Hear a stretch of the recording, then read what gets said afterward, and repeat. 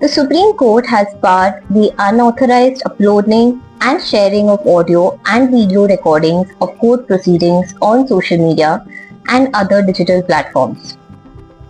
The interim order was passed by a bench led by Chief Justice of India Surya Kant along with Justices Joymala Bagchai and B. Mohana while hearing a petition on the misuse of court recordings. The bench directed that no audio or video recordings of judicial proceedings can be uploaded online without prior permission from the Supreme Court Secretary General or the Registrar General of the concerned High Court.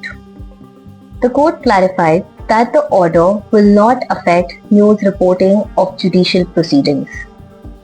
The Supreme Court also issued notices to the centre and several social media platforms seeking their response to the petition filed by journalist Harshita Grover.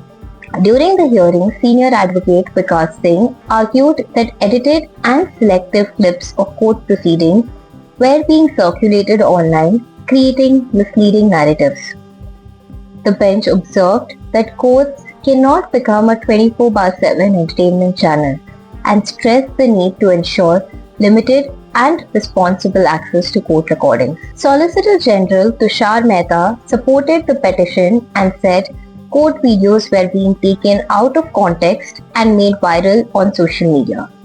He also warned that artificial intelligence and other digital tools could manipulate videos by altering the words spoken by judges and lawyers, making the misuse even more dangerous.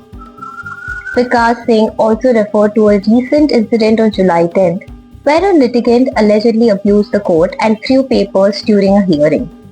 He said the video was widely circulated online, turning the proceedings into a spectacle. Chief Justice Surya Kant also observed that some of his own remarks had been misreported.